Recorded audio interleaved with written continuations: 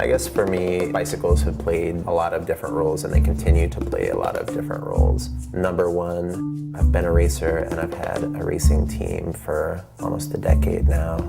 I rode bikes for a living for 4 years. Of course, it's my creative outlet, and now my family gets around by bike. My goal when I'm building a bike is for it to bridge the gap between something that's really born from heritage, but then using modern materials, more of like a current color palette, graphics application, really improving geometry and the design through R&D work with my race team and through riding myself. What I'm seeing in people who come to me for a bike is that they want a real connection with the person who's making something for them. It's not the kind of thing that I can pass off as a work order and have somebody else do it. There's always a new detail on each frame, and there's always something that's a little bit different that comes out during the building process. I'm always excited about the next project, and especially if I feel like it's a project that embodies things that people haven't seen in the bicycle world yet, and just really continuing to try to master this craft. For me, working with a customer, it's more about determining what they're using their bike for and building a bike that's going to be able to do that. I think we're probably going to look back and see this as really kind of the beginning of the golden age of bicycling. And as those tides start to turn and it becomes more mainstream, more and more people feel like they can be a part of that.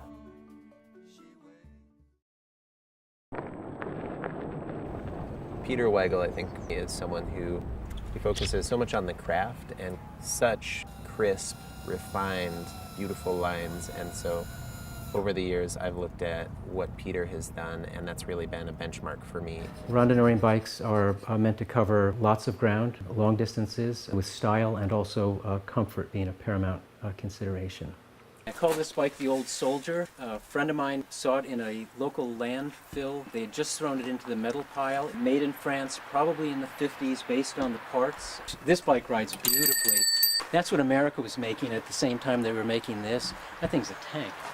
You ride from here down to Jane's store and back in your beat. I like to think my bikes are modern and up to date and use new technology. And yet there's so many things that have just proven themselves over time and are tried and true, and it would be hard to improve on some of those.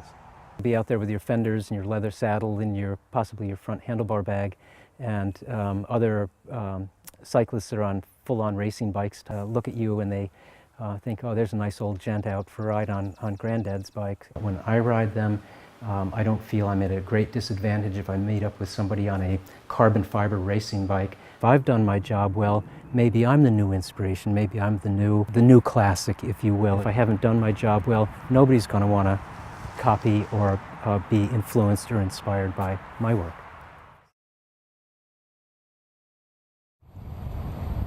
Richard Sachs has been building bicycles for 35, 40 years. He's also been racing bicycles for all of that time. When I first got a bike as a 17-year-old, all bikes were handmade. All of them were made out of steel. And there was this chord that struck where I thought, these are the most beautiful things that I could think of. The highlight of it all is being at the bench and working with the material, feeling the metal in my hands, lighting the torch. I just love it all. But you also want the brazing to show a certain skill level so that when somebody looks at the bike, they could say, oh, look at this detail here. He didn't file that in. He brazed it so cleanly, it shows that he has a skill level that's superior to what's commonly seen. But it's like anything else. You make these things by hand. You have this hand-eye coordination you have to deal with. You have to deal with the fact that the material, to a point, will not let you control it.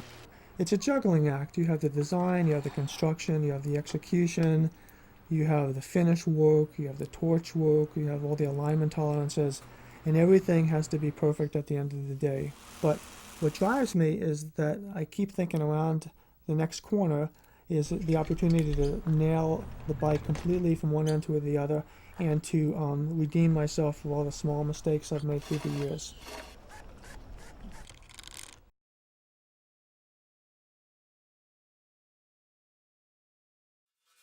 My name is Mike Flanagan, and my partner Betsy Scola and I run a company called Alternative Needs Transportation, better known as ANT Bicycles. We specialize in bicycles built for transportation, and our tagline is not sport, transport. Well, my definition of a bicycle built for transportation, on the most simplest level, would be a bicycle that has lights and a bell. So that way you're a legal vehicle on the road and have every right to be there, day or night. And the next thing in line would be a basket or a rack to be able to carry your things. Other accoutrements that make life more comfortable would be fenders, chain guard, kickstand, internally geared hub system, and braking system are all other things that really make life a lot more convenient. One of the early inspirations to Ant were images that I'd seen in books of old French bicycles and other European bikes that concentrated on transportation rather than sport. One thing that sets Ant apart for its manufacturing process is that we do TIG welding or lugless construction, and this allows me to be a lot more creative with the shapes and styles of the bicycles that I build. There are a few places that have, where the government has put an effort into their infrastructure, mostly in Denmark and Holland, but also in Germany and other countries. So they've invested in their communities by building a transportation system, just like they do with everything else, with autos and trains and ferries and walkways. They've also built cycle paths so that people can safely ride their bicycle for transportation. And that's what's lacking in America, is that we have built everything around the automobile and not around people.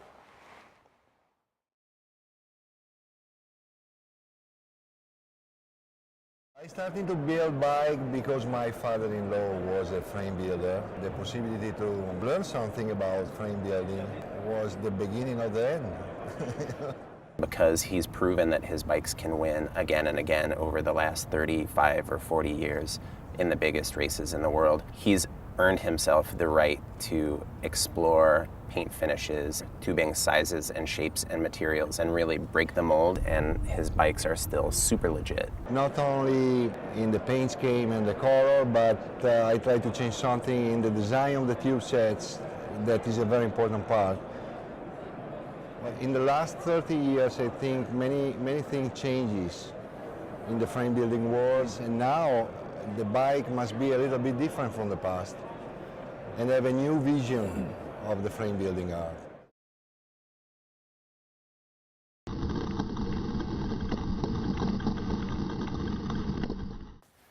This is my shop. This is where I build my bikes. And right outside the shop is where I test my bikes. So here we go. So with a bike like Jeff's, particularly a fully rigid mountain bike, it's really an extension of your body. It's not taking away the sensation of what you're riding over. You're connected to what you're riding on. You're feeling the ruts, you're feeling the roots. Personally, I would say that it's more of a soulful connection to the bike and to what you're riding on, rather than just out kind of tearing it up. You have these contact points. Your hands are connected to the bars, your feet are on the pedals, your butt is on the saddle, and you're feeling everything that's going on underneath you. It takes a much more skilled rider because you're having to negotiate every little thing that comes along. So rather than just kind of plow over it as if you're in, a Hummer or a big SUV or something, you have to be nimble. Every little flick of the brake lever, the steering, feeling the front wheel skid versus the rear wheel, a little bit more brake here, a little bit less brake there, what gear to be in and when to be in it. Just being out there and moving under my own power.